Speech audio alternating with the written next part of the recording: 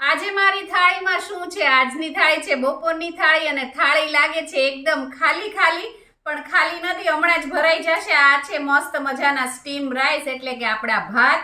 એની અંદર આપણે નાખીશું આ મસ્ત મજાનું, શિયાળો છે એટલે લીલા વટાણા બટેટાનું શાક. એની રેસીપી જોવી હોય તો તમને મારી ચેનલ ઉપર જોવા મળી જશે.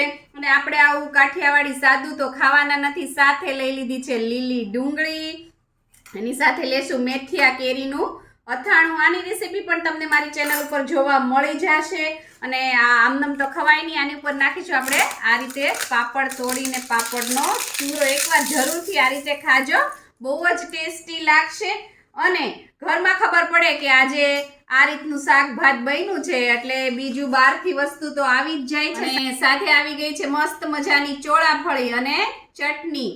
આવી ગયું ને મોઢામાં પાણી. અને ખમો ખમો ખમો હજી મીઠાઈમાં છે. આ છે શિયાળો છે એટલે મમ્મીના ઘરેથી આવી ગયો છે મસ્ત મજાનો અડદિયો. તો ચાલો બધા જમવા.